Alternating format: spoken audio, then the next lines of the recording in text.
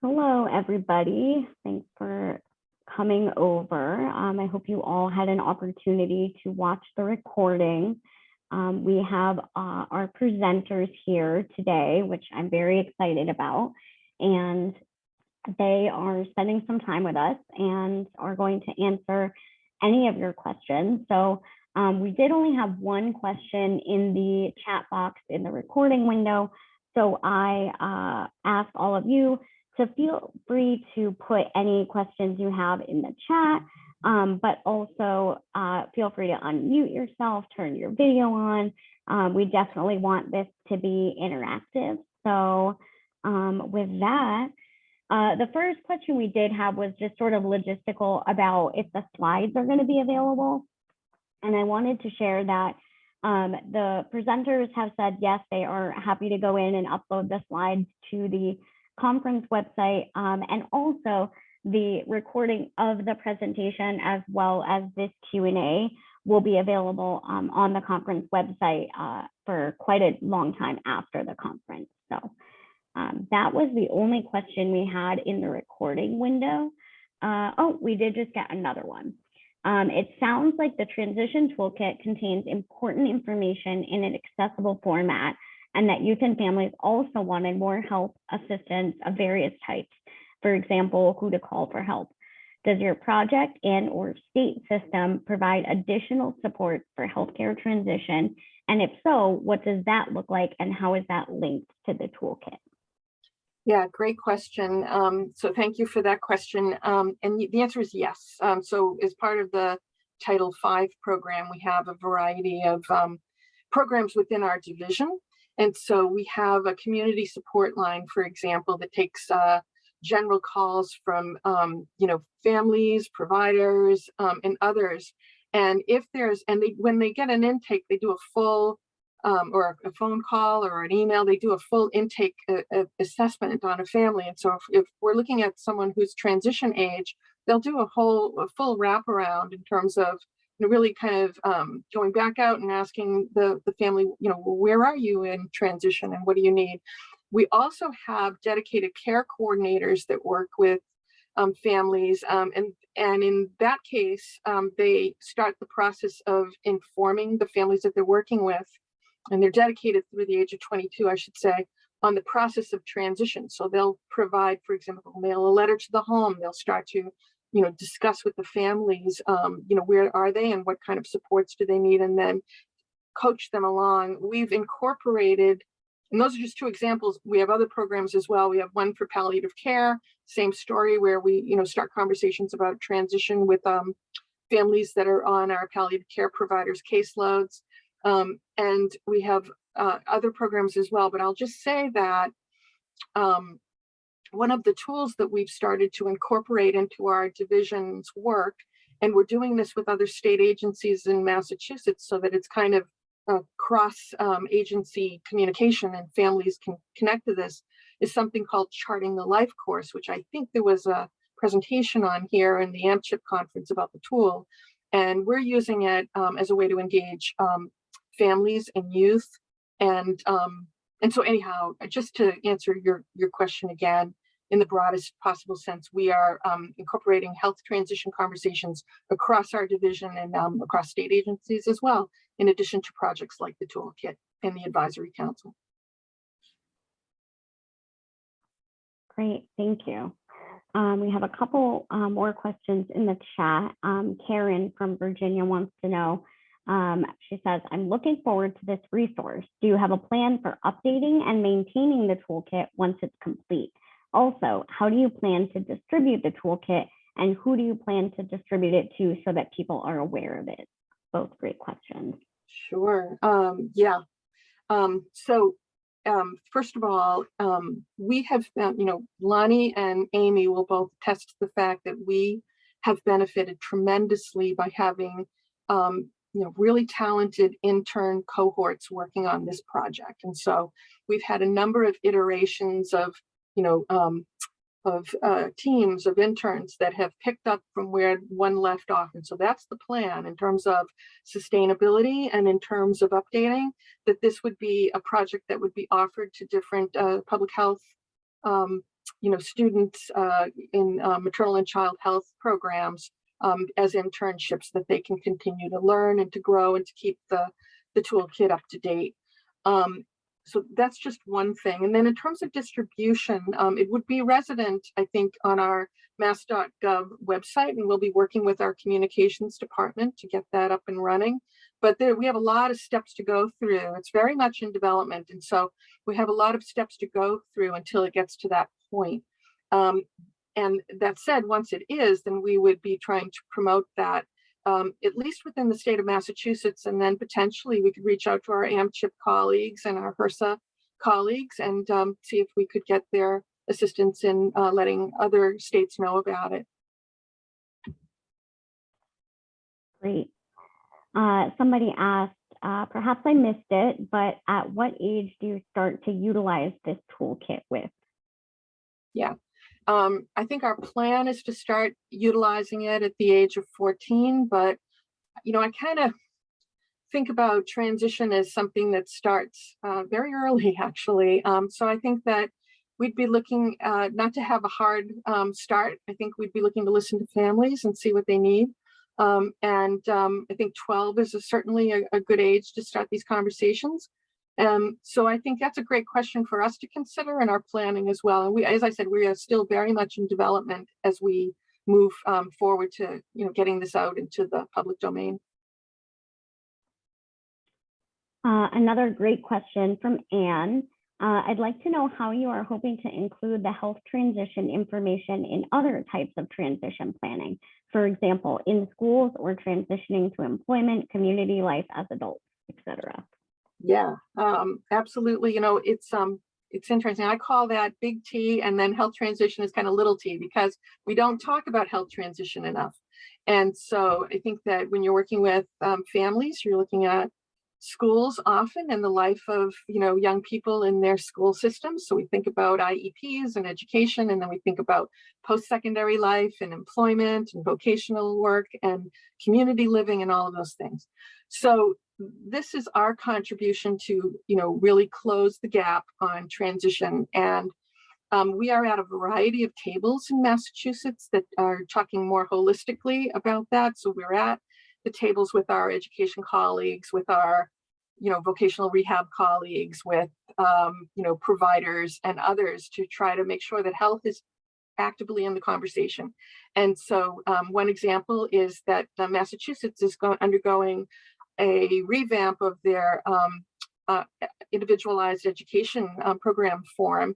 And we've been for several years at a table of advocates to make sure that health is in the conversation as this IEP is further developing to get the goal for many of the groups there are to get transition into the IEP and very actively and get transition questions. But from our standpoint, we're there to make sure that children with special health needs are represented in it, and medical complexity, all of those groups. So I guess it's everybody is needed to push on transition, and we want to make sure that we take our seat at the table on health.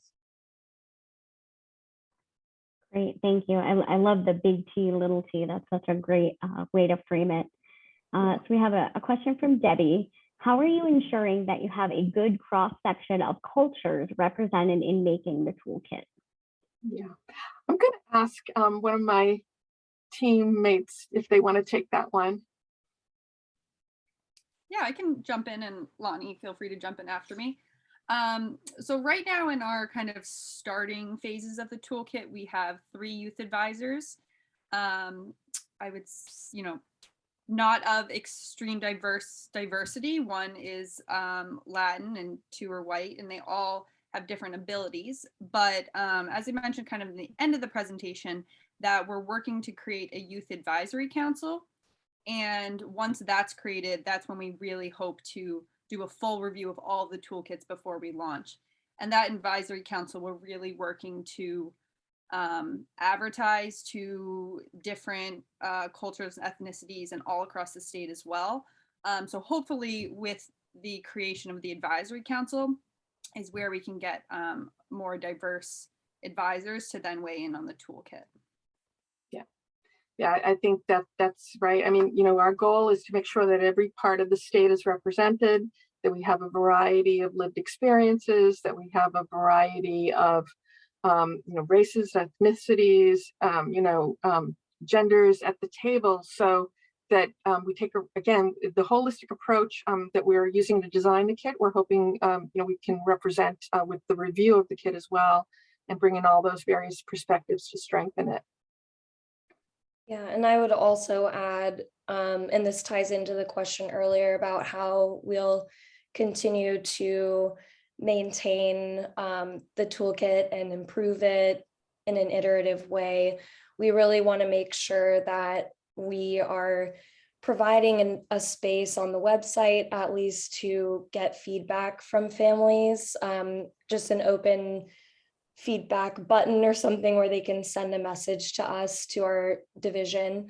And I think in also recruiting our parent advisors, it's really important to also include diverse lived experiences, as well as other identities, and make sure that in our interviews with our youth and parent advisors, designing the questions in such a way where we are specifically asking, is this toolkit representative of your experiences and your identity?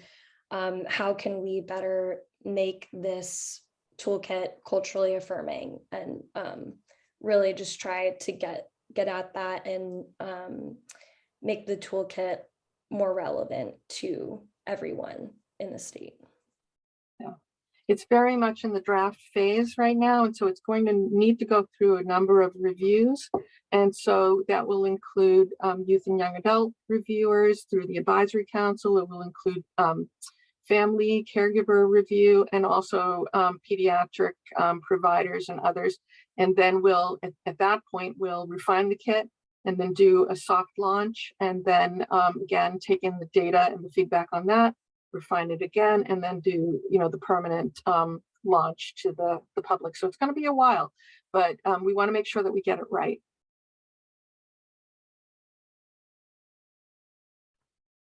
Great, thank you. We have a question from Michelle. Are you providing compensation for the advisory committee members, and can you share how that is funded?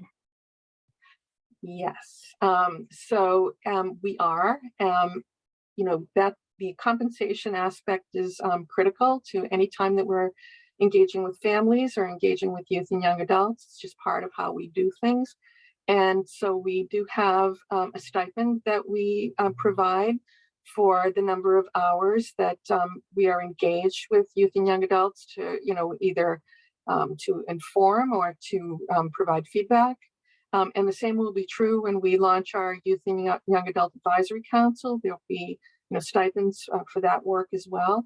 And then the source that we use for that is through our through the block grant, but also part through it, of all things, our early intervention program, and working with the Federation for Children and Youth. The Federation for Children with Special Needs, and so they work with us very closely.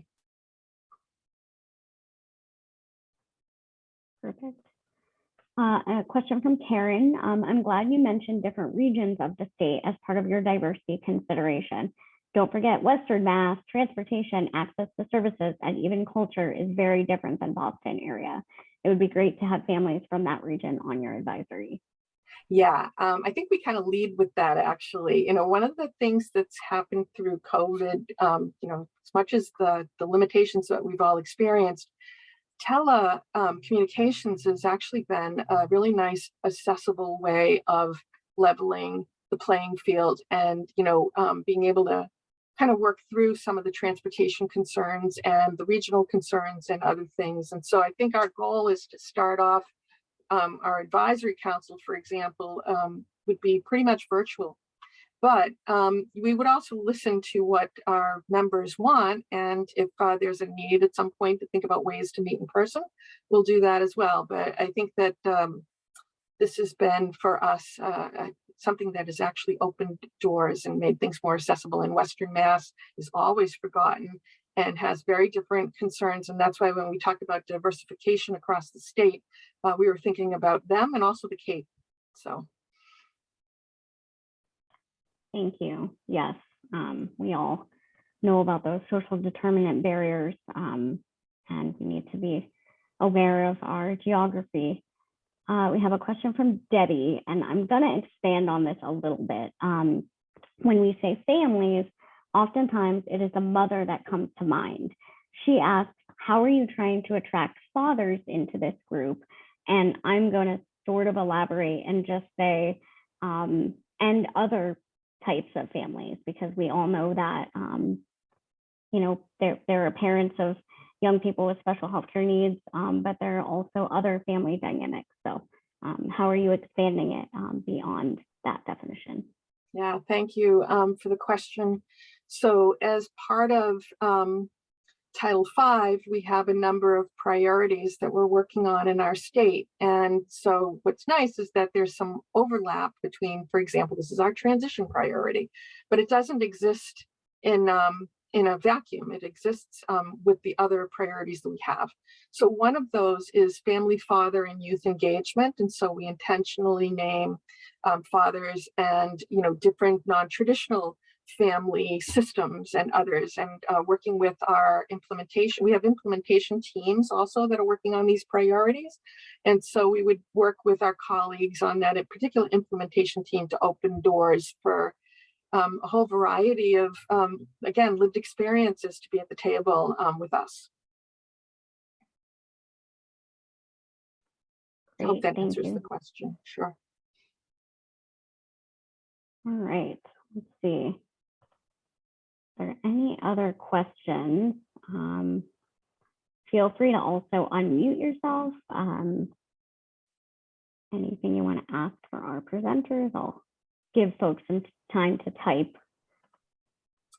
Thanks, Mallory. You know, the other thing is that we'd love to hear, you know, maybe in some of your comments or questions, you know, things that you're thinking about, because we can certainly learn from you as well. And we would, you know, we're very much in a learning process here and a testing process. And so I'd love to hear what others are trying out, or where you think the needs are. Maybe what do you think about the holistic approach that we're taking in the toolkit, you know, talking about just beyond going from pediatric to adult care, but really thinking about things like sexual and reproductive health, mental health, which is a huge topic right now, you know, nutrition and physical activity. You know, we're trying to build in, you know, and then we have, of course, public benefits, guardianship, or you know, other options to guardianship.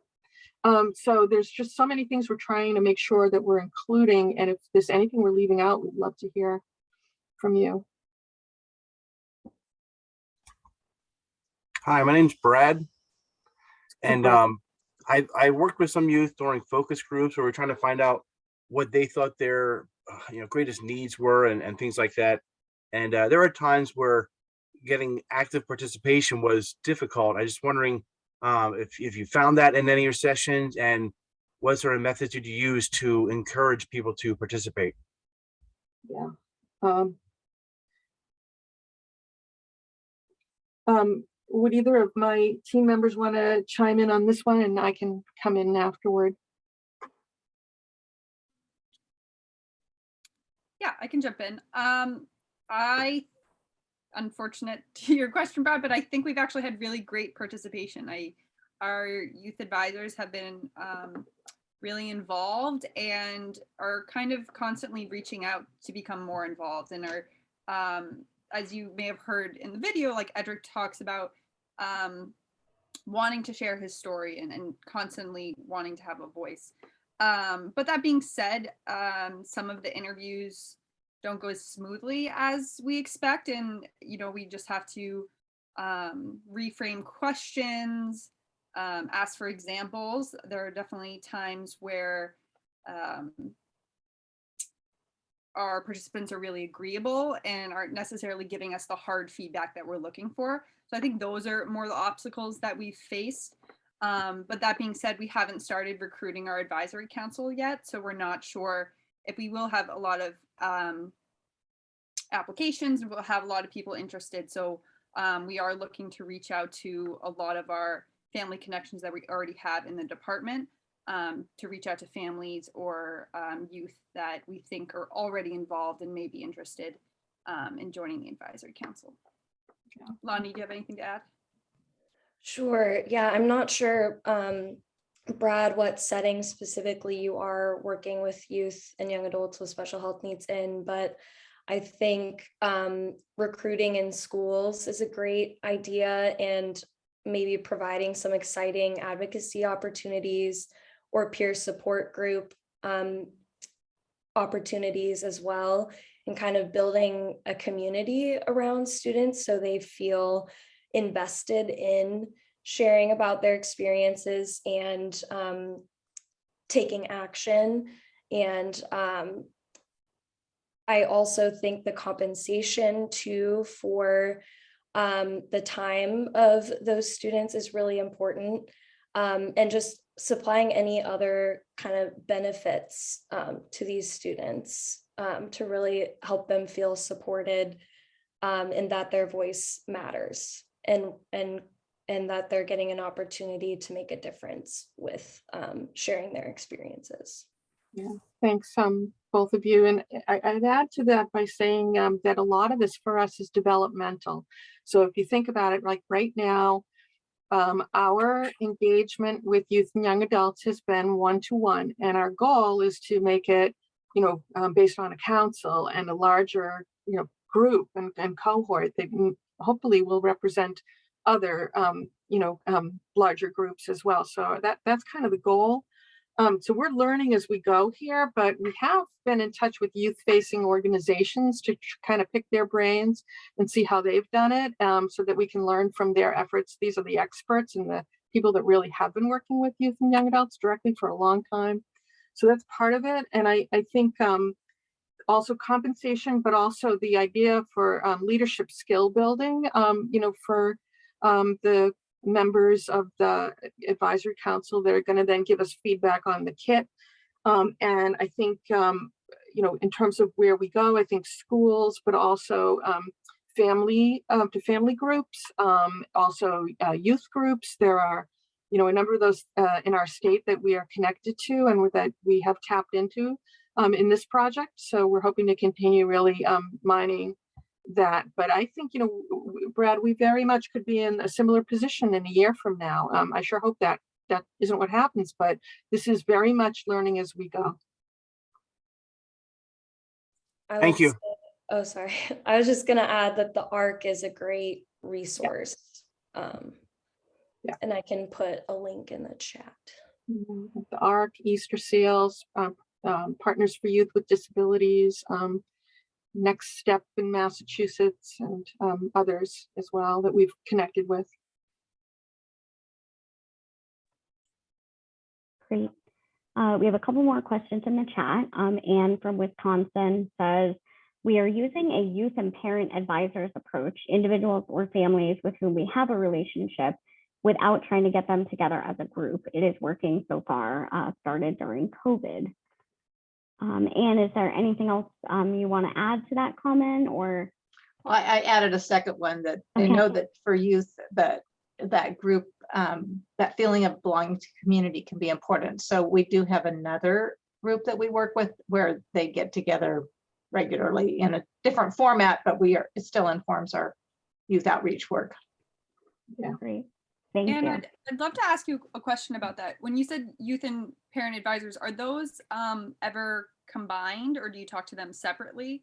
I know. No, in my first comment, the point was it's always separate. So we have different asks. We compensate them for what we're asking them to do, whether it's review materials or help us develop something new, or provide their perspective or their story or whatever. So and I think the other thing is just that we are sort of, it's more of a targeted recruitment, let's say, so that if we have different groups that we want to hear from, we'll find new people. So it's not just people we already know.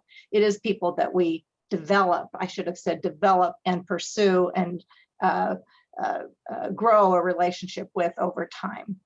But they are individual. We do have a few small groups around a certain, like a a material we're developing, we might have a group discussion around it. Again, this started during COVID, so it's all been remote, but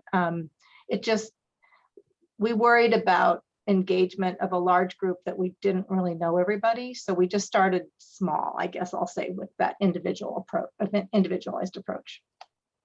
Yeah, Great. helpful. We you know, as the iterations of this project have gone on, like this actually began, again, it's been grounded in really, you know, working with universities and students and interns to, you know, really kind of mine this for us. And so we started off by asking students to do literature reviews or to, you know, look and see, you know, across the country what other models there were. And, you know, there are a number of different ones. And so we've tried to just kind of learn from those and cherry pick ideas, but it's always great to hear what is successful and to then to troubleshoot together.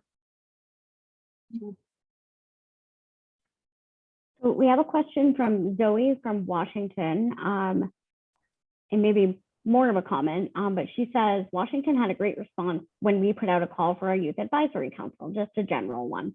We actually had so many applications, it was difficult to sort through them. Compensation is important, and a lot of the older ones were really looking forward to mentoring the younger folks involved. Zoe, do you want to talk any more about that? It sounds like you have a pretty great process.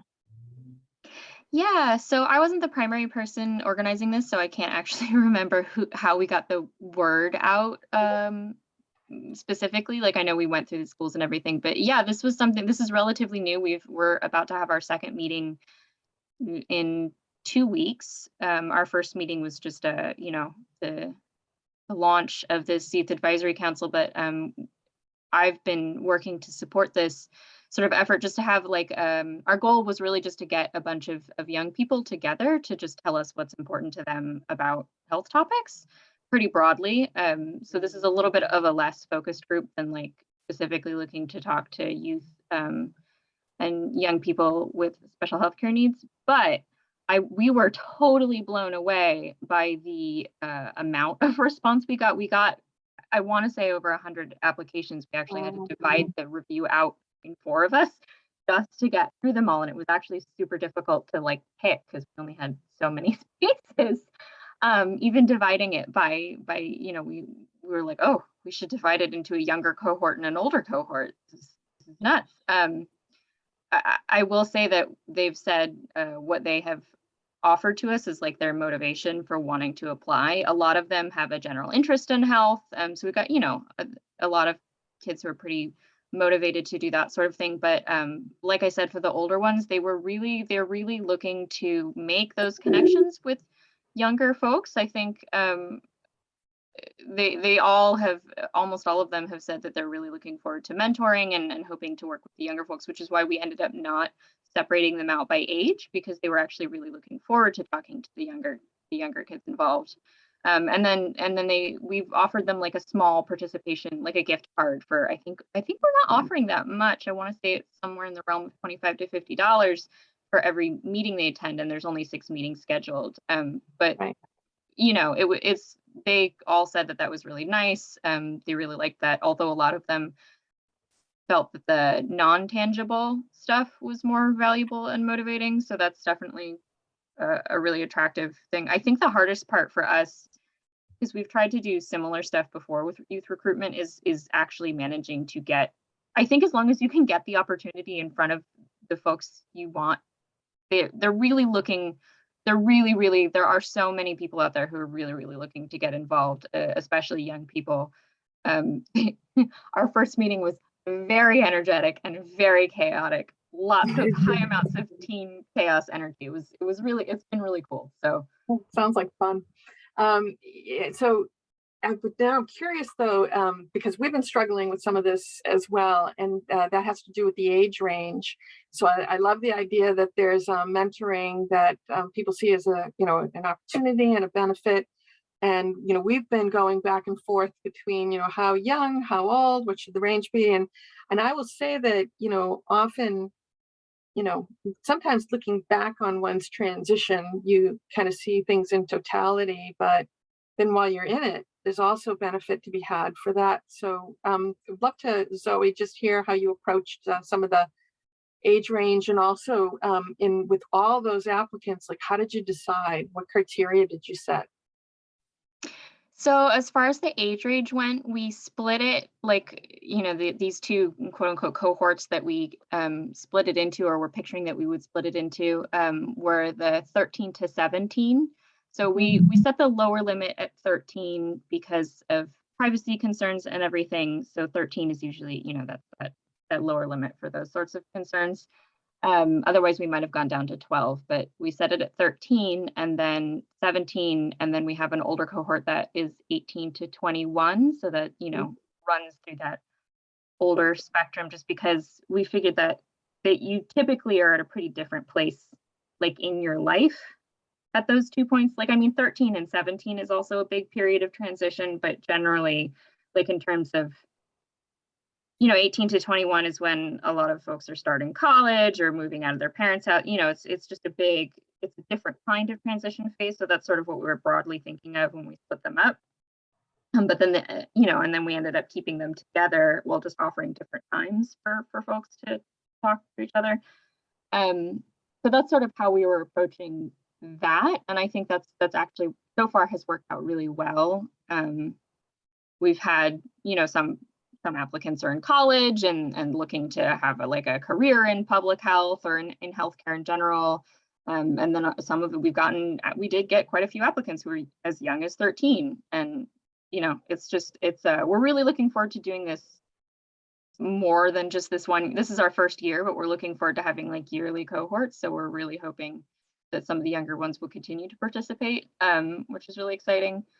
As far as the sorting through the applications, we had a few criteria. So we were trying to make sure that we had a balance of, for lack of a better way of phrasing this, like identities represented. We really wanted to make sure, because Washington is also a state with a huge cultural and resource divide between, you know, Western Washington, where Seattle and Olympia are, and then Eastern Washington, which is definitely more rural, and all that. So there's even a mountain range that splits the state like cleanly in half in this way. So we really wanted to have as much of a balance as we could get in those perspectives. So we asked that in our application, where are you from, broadly, so that we could make sure that we had that balanced.